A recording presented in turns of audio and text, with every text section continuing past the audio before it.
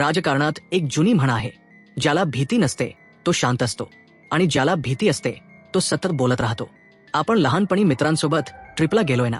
रात्री शेकोटी भोवती बसून गप्पा चालू असतात. कोणी भूताची गोष्ट सांगायला लागलं की ज्यांना खरंच भीती वाटते तेच सगळ्यात आधी म्हणतात, अरे भूत वगैरे काही नसतं, मला भेटलं तर मीच घाबरवीन.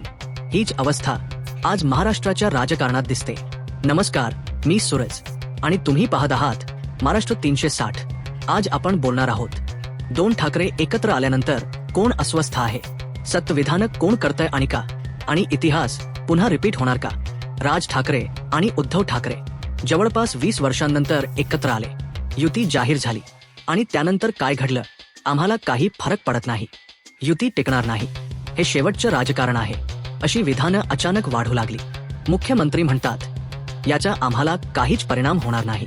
पण प्रश्न असा आहे, खरंच काही फरक पडत नसेल तर मग इतकं बोलायचं कारण काय. पहिलं नाव रावसाहेब दानवे. ते म्हणाले, उद्धव ठाकरेंचं राजकीय करिअर संपलं. दुसरं नाव किरीट सोमय्या. ते म्हणाले, 16 तारखेला 2 बंधूंचं अस्तित्व संपेल. इथे एक साधा प्रश्न निर्माण होतो, एखाद्याचं अस्तित्व संपणार असतं तर ते जाहीरपणे सांगावं लागतं का. इतिहास सांगतो, ज्यांचं अस्तित्व खरोखर संपतं त्यांच्यावर बोलायची गरजच लागत नाही. चला थोडं मागे जाऊया.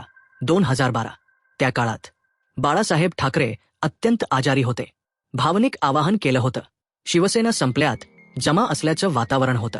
तेव्हा माजी मुख्यमंत्री पृथ्वीराज चव्हाण म्हणाले होते, शिवसेना संपली आहे. मनसेला लोक निवडून देतील पण शिवसेना नाही. मुंबईकरांना हे वाक्य लागलं.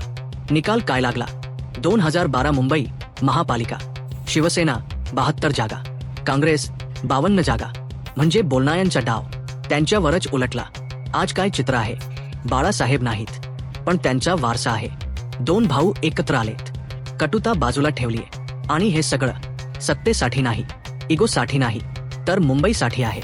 मुंबईतला मतदार मराठी असो, अमराठी असो, मुस्लिम असो, ख्रिश्चन असो, तो एक गोष्ट सांगतो, 2 भाऊ एकत्र आले पाहिजेत.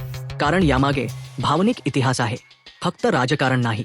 आज जर कोणी सतत बोलत असेल, जर कोणी वारंवार भविष्यवाणी करत असेल, जर कोणी संपलं म्हणत असेल तर प्रश्न विचारावा लागतो, टरकली कोणाची आहे.